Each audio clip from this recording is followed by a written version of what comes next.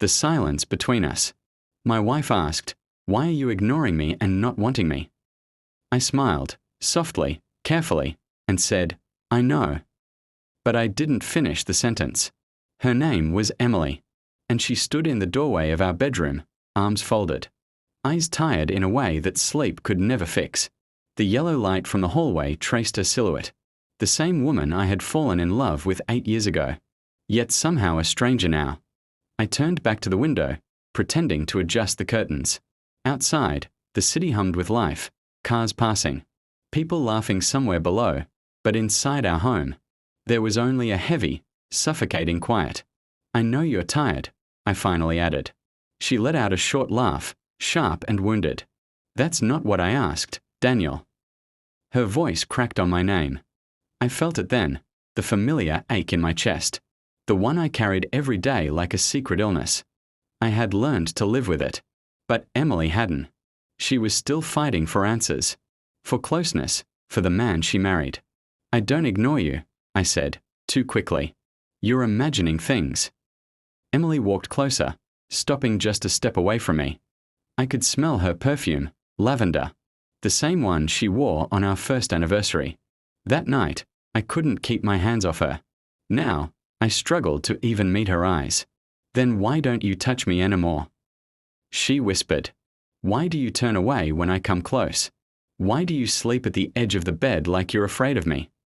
I swallowed hard. How could I tell her the truth when the truth itself terrified me? A year ago, things had changed. Not suddenly, not like a storm, but slowly, like water seeping into cracks. I began coming home late. She began asking fewer questions. Our laughter faded first, then our conversations, and finally, our intimacy. Emily reached for my hand. Instinctively, I pulled back. That was the moment her eyes filled with tears.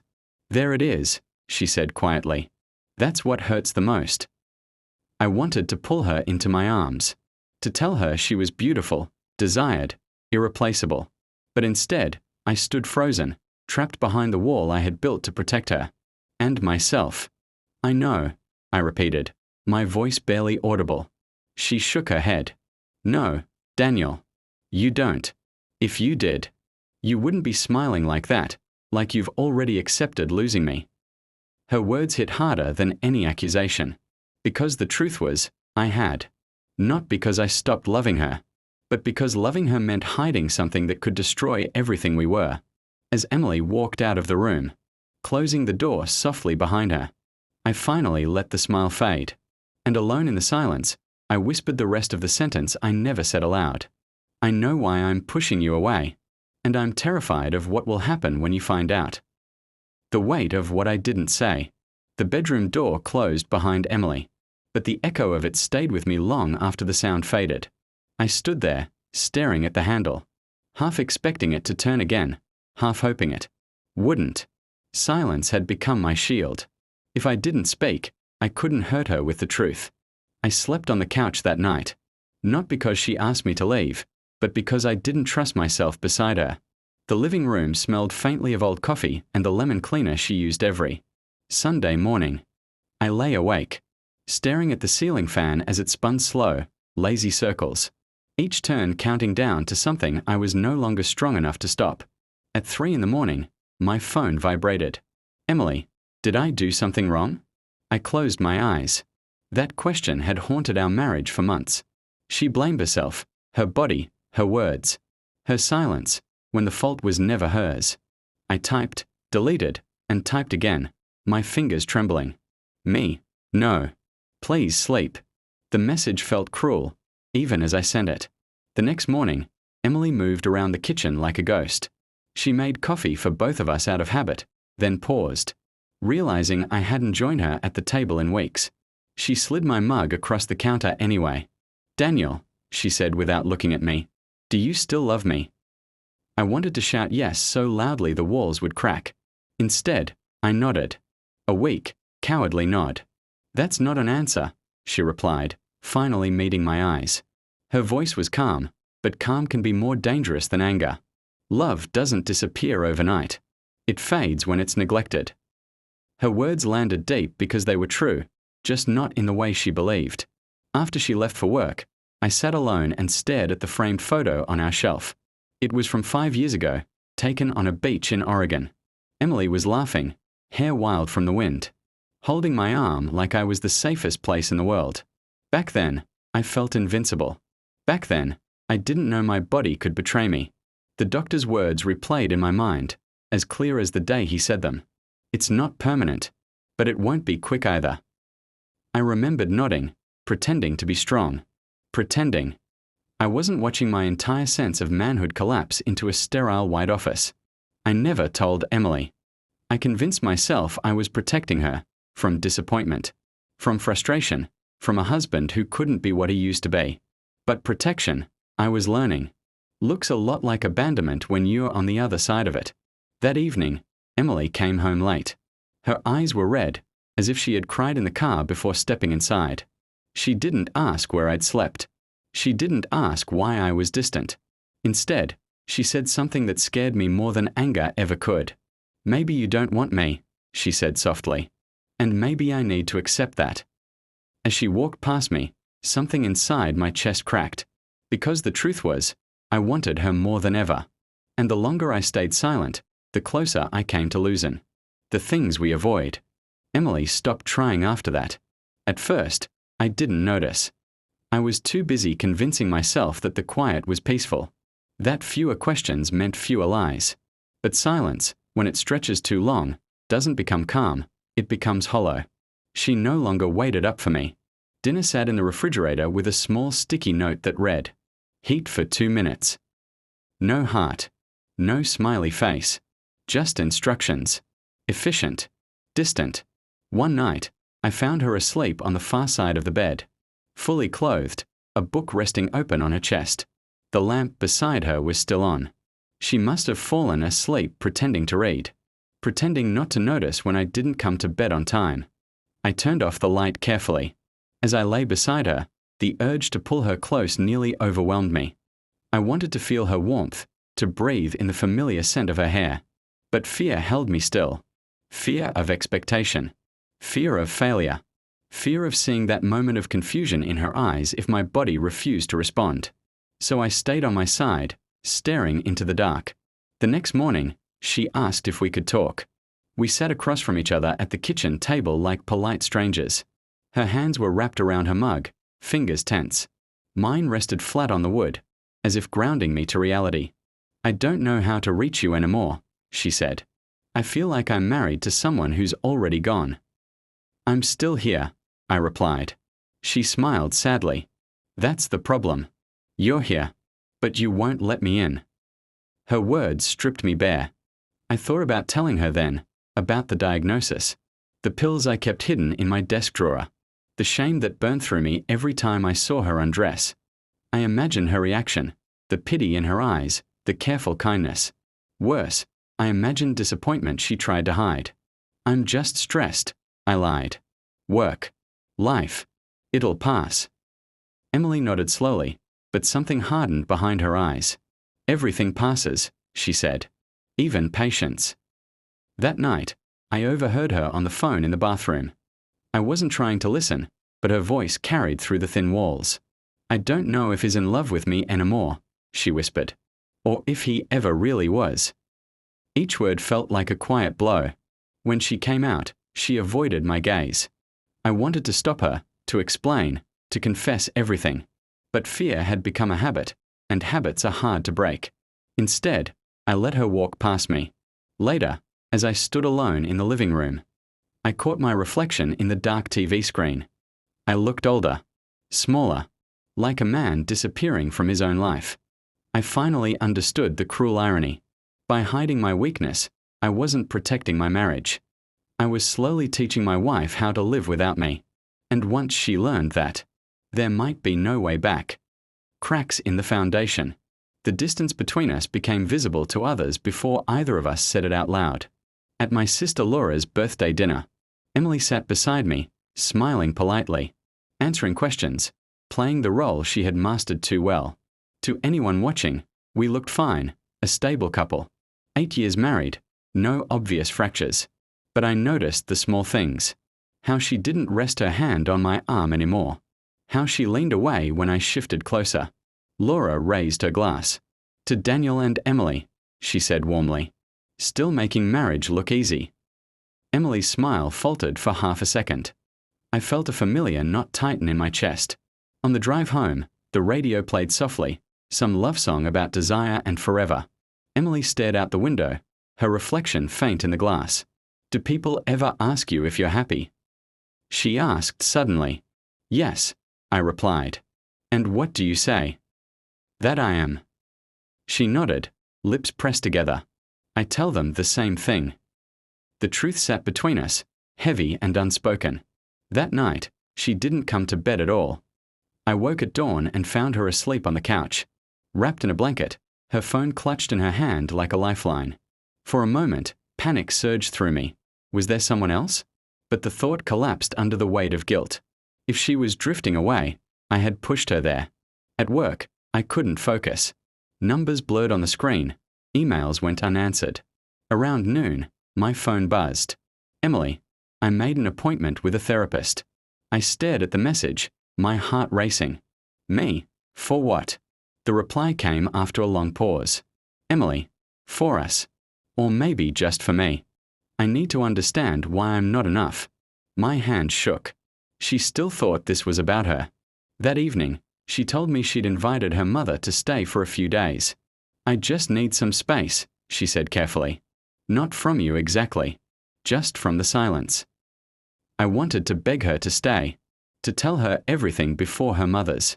Presence turned our home into a place of forced smiles and careful conversations. But the words stayed locked inside me. When her mother arrived the next day, the house filled with polite noise, clinking dishes, casual questions, laughter that didn't quite reach the eyes. Emily played the attentive daughter. I played the attentive husband. In private, Emily avoided me completely. That night, lying alone in bed, I realized something terrifying. Our marriage wasn't breaking with loud arguments or dramatic betrayals. It was cracking quietly, invisibly, under the weight of everything I refused to say. And if I didn't speak soon, those cracks would become permanent. The question I couldn't answer. Emily's mother stayed for 3 days. 3 days of forced normalcy. 3 days of pretending that nothing was wrong while everything inside me screamed. She cooked elaborate meals, asked about our plans, about grandchildren, about the future, as if the word future didn't feel fragile enough to shatter. Emily laughed at the right moments. I watched her from across the table, memorizing her expressions like someone afraid of forgetting a face. On the 4th morning, her mother left. The house felt unbearably quiet afterward, like the calm after a storm that hadn't fully passed. Emily stood in the doorway, keys in hand. "I'm staying with Laura for a while," she said. Not my sister, her friend Laura. A detail that somehow hurt more. For how long? I asked. She shrugged. "I don't know. Until I can breathe again." The door closed behind her, and for the first time since we married, I was truly alone in our home. That night, I opened the desk drawer I had avoided for months. Inside lay the prescription bottles, folded medical reports, and appointment slips I never shared. I read the diagnosis again, even though I knew every word by heart. Stress-induced sexual dysfunction. Psychological. Treatable. Time uncertain. I laughed bitterly. Treatable didn't mean simple. And uncertain had already cost me my marriage. My phone buzzed late that evening. "Emily, be honest with me. Is there someone else?" The question felt like a knife. Me? No. Never. Seconds passed. Then minutes. "Emily, then why don't you want me?" I stared at the screen until the words blurred. I typed the truth, deleted it, typed again, deleted again. Finally, I locked the phone and set it face down. I wasn't brave enough. The next day, Laura called me. "Emily isn't sleeping," she said gently. "She keeps asking what she did wrong. Daniel, if you love her, you need to fight for her." Fight. I had been doing the opposite, retreating, hiding, surrendering. That evening, I drove to Laura's place, my heart pounding with every mile. Emily answered the door. She looked smaller somehow, wrapped in an oversized sweater, eyes tired but alert. "Why are you here?" She asked. Because I'm afraid, I said. She stepped aside and let me in. We sat on the couch, an arm's length apart. My mouth felt dry. My hands trembled. Just tell me the truth, she whispered, even if it hurts. I opened my mouth, and for the first time in months, I didn't close it again.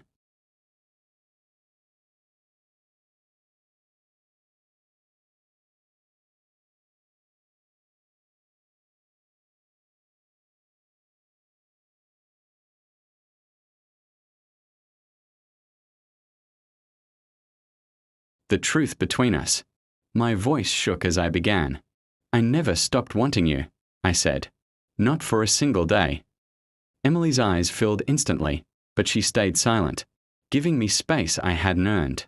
A year ago, I continued, staring at my hands. Something changed. I thought it was stress. Work, exhaustion, pressure to be strong. But it didn't go away. So I saw a doctor. She leaned forward slightly. He told me it was psychological, I said. That my body was reacting to stress in ways I couldn't control. That it didn't mean I didn't love you. But I didn't hear any of that. All I heard was that I was failing. Her breath caught. I was ashamed, I whispered. Ashamed to admit that I couldn't be the man I used to be. I thought if I stayed distant, you wouldn't notice. I thought I was protecting you from disappointment.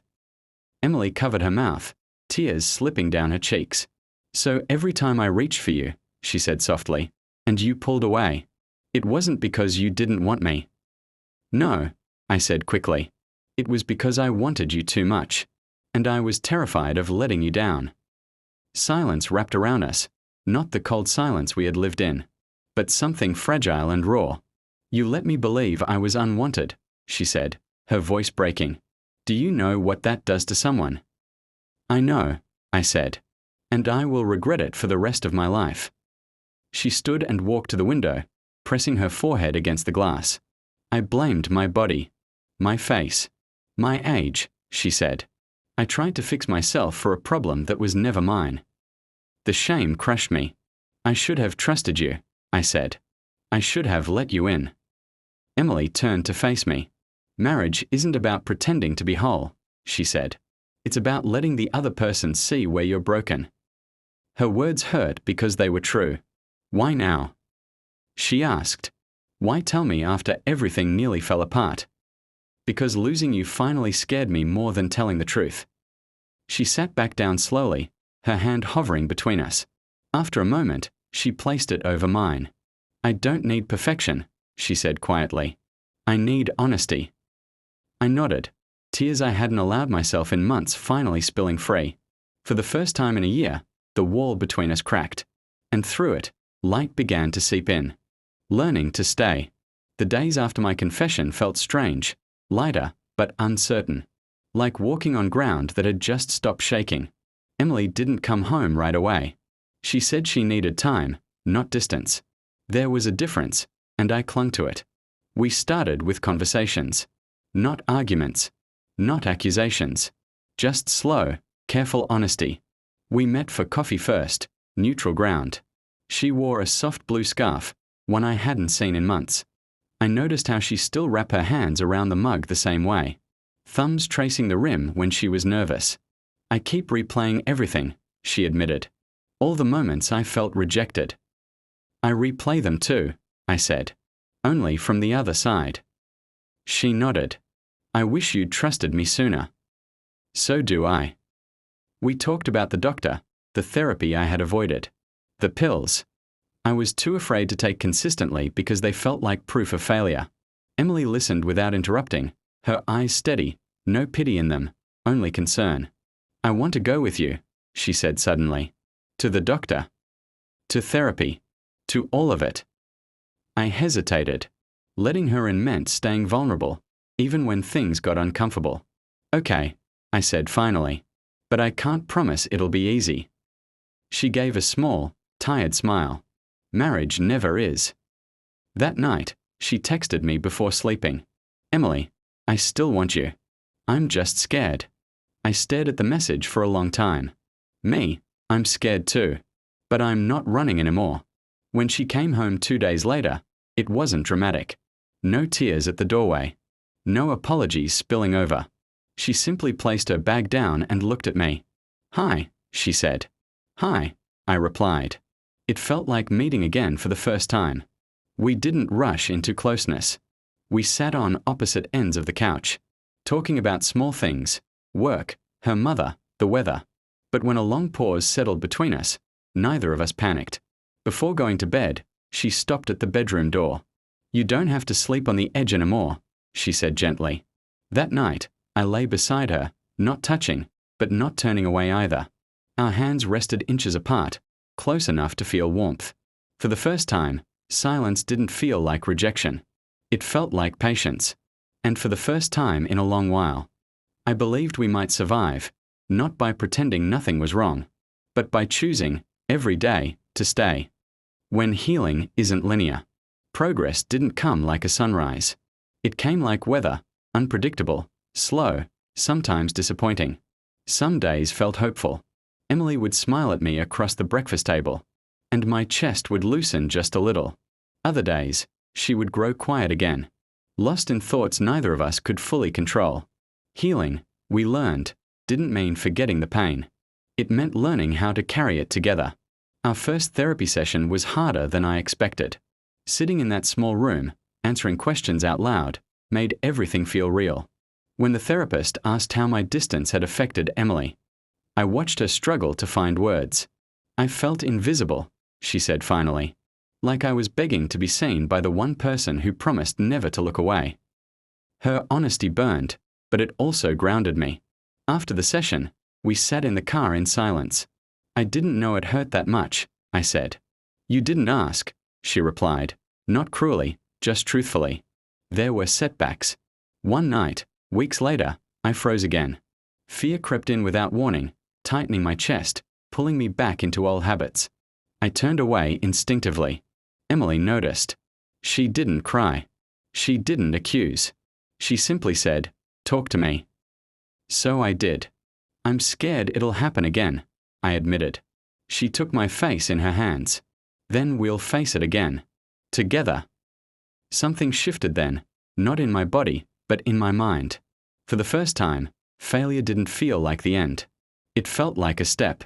Slowly, touch returned, not as expectation, but as comfort. Holding hands while watching TV. Her head resting on my shoulder. My arm around her waist as we cooked dinner. Intimacy, we learned, wasn't only physical. It was presence. It was choosing not to disappear.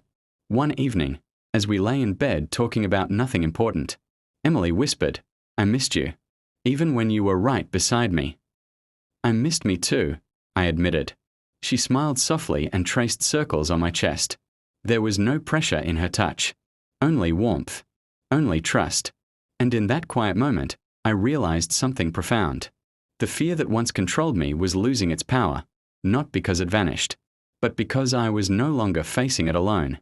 We weren't fixed, but we were finally healing. And this time, we weren't rushing the process. We were walking it, hand in hand. The first true connection. The nights grew easier, not because the problem disappeared, but because we began facing it together. Every touch, every glance, every conversation was deliberate, an act of rebuilding what had nearly crumbled. One rainy evening, Emily and I decided to take a walk. The city streets were slick with rain, neon lights reflecting off puddles, casting colors across our faces. She wore a hoodie, hair damp, and smiled at me like she used years ago. I realized I hadn't truly seen her smile in months. It had been buried under frustration, doubt, and distance. We walked in silence at first. Then she spoke softly, almost like a confession. "I was scared you didn't want me," she said. "I was scared I'd lose you before I even told you why," I admitted. She stopped walking, turned to me, and gripped my hands tightly. "Then we are both scared. But we are here. That counts for something, doesn't it?" I nodded. It counts for everything. That night, we returned home soaked and laughing, splashing water at each other like teenagers. We didn't speak of the past. We didn't speak of the therapy. For once, we just existed in a shared moment. A simple pleasure that reminded me why I had fallen in love with her in the first place. Over the next few weeks, intimacy returned gradually. Not rushed, not pressured, but gentle. A hand on her back while cooking, a brush of her hair. Kisses lingering a little longer than before. Each small act was a victory over the fear that had once paralyzed me. One night, lying in bed, she whispered, "I want us to be normal again. Or maybe a better normal, one where we can be honest, even when it hurts." I pulled her closer. That's the normal I want too. No pretending. No walls. For the first time in a long time, our eyes met without hesitation or doubt. There was trust there now, fragile but real. Like a flower growing through cracks in concrete. We fell asleep holding each other. And for the first time in a year, I felt whole, not because I had solved the problem, but because I wasn't carrying it alone. Emily was there, and that made all the difference. The truth had been terrifying, but the choice to stay, to face it together, was transformative. That night, I realized something crucial. Love isn't always about desire or perfection. It's about courage, patience, and the willingness to fight for each other, even when it hurts. And for the first time, I believed we could fight for this love and win. Rebuilding us. The weeks that followed were both fragile and beautiful. Each day was a choice to speak, to listen, to forgive, to be patient. Emily and I discovered that healing wasn't linear. Some mornings felt effortless, the laughter easy. Other days, old fears and insecurities crept in like shadows at the edges of our home. But now, we faced them together. We began attending therapy consistently. The sessions were intense, sometimes exhausting, but they became our safe space, a place where we could lay bare every fear, every regret, every fragile piece of ourselves. Emily didn't judge me. She asked questions. She reached for clarity. And in doing so, she helped me reach for honesty I had long hidden from myself. Slowly, our intimacy returned, not rushed or pressured, but tender. The first time we held hands again after months of distance, it felt electric, like rediscovering a language we had both forgotten. The first time we kissed without fear or expectation, it was both forgiveness and promise. And the first time we lay together, fully present, I realized that desire wasn't the same as it had been before. It was deeper, layered with trust, patience, and vulnerability. One evening, we cooked dinner together. The kitchen was warm, filled with the scent of garlic and rosemary. Emily laughed at something trivial, her eyes sparkling, and I realized I hadn't smiled like that in months. I reached for her hand, and she didn't pull away. She squeezed it instead. "I missed this," she said softly. "Us." "I missed you," I admitted. "Every part of you." She rested her head on my shoulder, and for a moment, the world outside the walls of our home didn't exist. No stress, no fear, just us. That night, as we lay in bed, Emily whispered, "I know it's not perfect yet, but I feel it. Us, coming back." "I feel it too," I said, holding her close. "We are not just surviving anymore. We are choosing each other, every day." And in that moment, I understood the truth that had been hidden behind my fear all along. Love isn't just about desire. It's about courage, patience, forgiveness, and the willingness to fight for someone, even when it's hard, even when it scares you. We were not perfect, but for the first time in a long time, we were real. And that was more than enough. Choosing each other. The months that followed felt like stepping into sunlight after a long, relentless winter. Each day, Emily and I rebuilt trust, brick by brick. Every small act, making breakfast together, leaving little notes, holding hands while walking through the park, was a victory over the fear and silence that had once consumed us. Therapy became our anchor. We learned not only to speak, but to listen. Not just to words, but to emotions, the unspoken ones that had caused so much pain. Emily learned to ask without accusing, and I learned to answer without hiding. Slowly, the walls we had built around ourselves crumbled. And in the space that opened, love returned, not the naive, effortless love of the early days, but something richer, deeper, and stronger because it had survived truth, shame, and fear. One evening, after dinner, Emily looked at me across the table. "Do you remember what you said the first night you admitted the truth?" She asked. I smiled faintly. That I was terrified of losing you. "Yes," she said, eyes glistening. "I was terrified too, but I see now that fear doesn't have to push us apart. It can pull us closer if we let it. I reached across the table, took her hands in mine, and squeezed. I won't hide from you again, I promised. Not ever. The next morning, we woke early and went for a walk in the park near our home. Frost still lingered on the grass, and the crisp winter air felt like a cleansing breath. We held hands, walking side by side, talking about our future, not just vague dreams, but concrete plans, hopes we had been too afraid to speak aloud before. I want us to travel again, Emily said, to see the places we always dreamed about, together. And I want to make sure we never take each other for granted again, I said. She smiled, her eyes soft and tender, the way they had been when I first fell in love with her. That look was a promise of forgiveness, patience, and a love renewed. That night, as we lay in bed, our hands intertwined, I realized something I had once forgotten. Love is not simply desire or perfection. It is courage, the courage to be vulnerable, to admit fear, to face shame, and to choose each other every single day. We didn't need grand gestures. We didn't need dramatic declarations. The simple act of staying, of holding on, of choosing each other in moments both ordinary and extraordinary, that was enough. Emily rested her head on my chest, breathing steadily, and I wrapped my arms around her. The quiet of the night felt full now, not empty. The weight of unspoken truths had lifted, replaced by trust, intimacy, and an understanding that love can survive even the deepest scars, if nurtured, honored, and chosen. I kissed the top of her head softly. I love you, I whispered. I love you too, she murmured back. And for the first time in what felt like forever, we weren't afraid.